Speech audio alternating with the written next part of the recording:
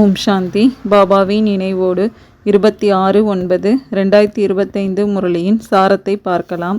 பாபா கேள்வி கேட்குறாங்க, இந்த ஞானம் என்ற உணவு எந்த குழந்தைங்களுக்கு ஜீரணமாகிறது இல்லை?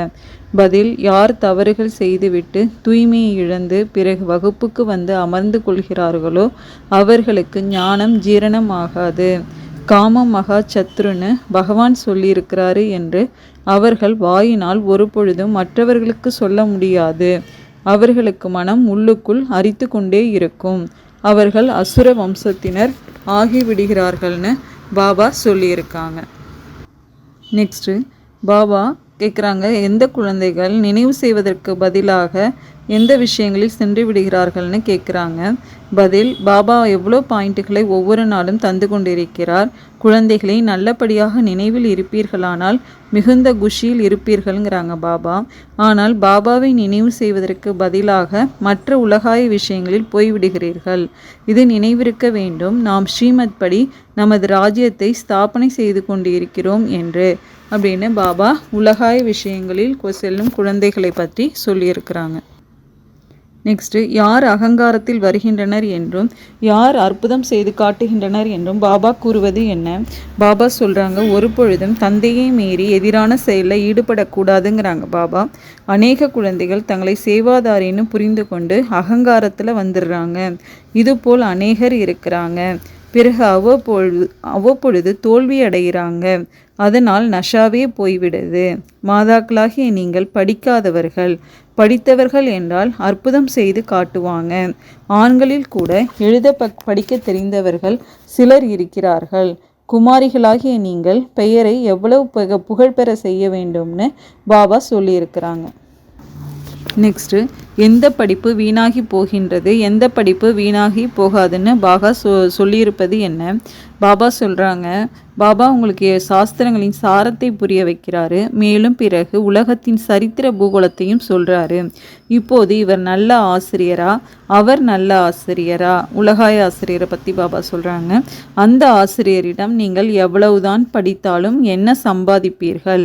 அதுவும் அதிர்ஷ்டத்தில் இருந்தால்தான். படிக்கும்போதே ஏதேனும் விபத்து நடந்து இறந்து போனால் படிப்பு முடிந்தது. இங்கே நீங்கள் எவ்வளவுதான் படித்தாலும் அது வீணாகி போகாது.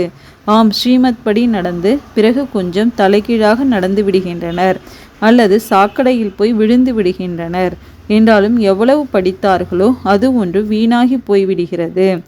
இந்த படிப்போ 21 பிறவிகளுக்கானது.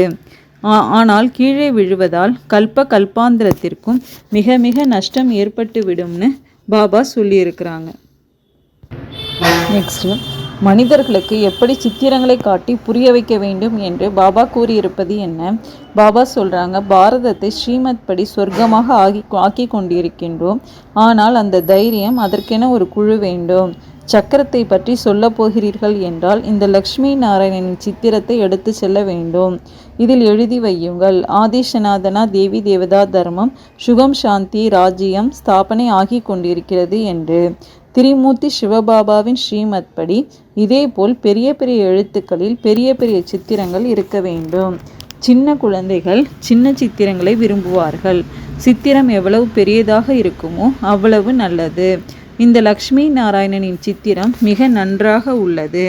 இதில் ஒரே ஒரு சத்தியமான திரிமூர்த்தி சிவபாபா, சத்தியமான திரிமூர்த்தி சிவபாபா ஆசிரியர், சத்தியமான திரிமூர்த்தி சிவபாபா குரு என்று மட்டும் எழுதி வையுங்கள். திரிமூர்த்தி என்ற சொல்லை எழுதவில்லை என்றால் பரமாத்மாவோ நிராகார், அவர் ஆசிரியராக எப்படி ஆக முடியும் என நினைப்பார்கள். அவர்களுக்கு ஞானமோ இல்லைதானே. லக்ஷ்மி நாராயணன் சித்திரத்தை தகட்டில் உருவாக்கி ஒவ்வொரு இடத்திலும் வைக்க வேண்டும்னு பாபா சொல்லியிருக்காங்க. நெக்ஸ்ட்டு, கோபித்து கொள்ளும் குழந்தைகளை பற்றி பாபா கூறியிருப்பது என்ன? பாபா சொல்கிறாங்க, சின்ன விஷயங்களில் ஒரே வழிமுறை கிடைக்கவில்லை என்றால் உடனே சண்டைக்கு வந்துடுறாங்க. இதுவோ நடக்கத்தான் செய்யுது. சிலர் ஒரு பக்கம், இன்னும் சிலர் வேறு பக்கம். பிறகு பெரும்பான்மை உள்ளவர்கள் எடுத்துக்கொள்ள வேண்டி இருக்குது. இதில் துயரம் அடைவதற்கான விஷயம் கிடையாது. குழந்தைகள் கோபித்து கொள்கின்றனர். நமது பேச்சு ஏற்றுக்கொள்ளப்படவில்லை. இதில் கோபித்து கொள்வதற்கான விஷயம் என்ன இருக்குதுன்னு பாபா கேட்குறாங்க. தந்தையோ அனைவரையும் மகிழ்விப்பவர். மாயா அனைவரையும் கோபித்து கொள்ளுமாறு செய்கின்றது. அனைவரும் தந்தையிடம் கோபித்து கொண்டுள்ளனர். கோபித்து கொள்வதென்ன? தந்தையை அறிந்து கொள்ளவே இல்லை. எந்த தந்தை சொர்க்கத்தின் ராஜ பதவியை கொடுத்தாரோ அவரை பற்றி அறிந்து கொள்ளவே இல்லைன்னு பாபா சொல்கிறாங்க. நெக்ஸ்ட்டு, சில குழந்தைகள் எந்த பதவி அடைவதில் குஷியாக ஆகிவிடுகின்றனர்னு பாபா கூறுவது என்ன? பாபா சொல்கிறாங்க, உங்களிலும் மிக சிலருக்கு தான் நஷா இருக்குது. இது நாராயணி நஷா. நாமோ ராம் சீதா ஆவோம்னு சொல்லக்கூடாது. உங்களுடைய நோக்கம் குறிக்கோளே நரனிலிருந்து நாராயணனாக ஆவது. நீங்கள் பிறகு ராம் சீதா ஆவதிலேயே குஷியாகி விடுகிறீர்கள். தைரியத்தை காண்பிக்க வேண்டும் இல்லையா? பழைய உலகத்தின் மீது முற்றிலும் மனதை ஈடுபடுத்தவே கூடாது. யார் மீதாவது மனதை ஈடுபடுத்தினால் அப்போதே இறந்துவிட்டனர் என்றாகிவிடும். ஜென்ம ஜென்மாந்தரத்திற்கும் நஷ்டம் ஏற்பட்டுவிடும்னு பாபா சொல்லியிருக்கிறாங்க. இந்த உலகம் எதற்கு தகுதியானதாக இல்லை என பாபா கூறுவது என்ன?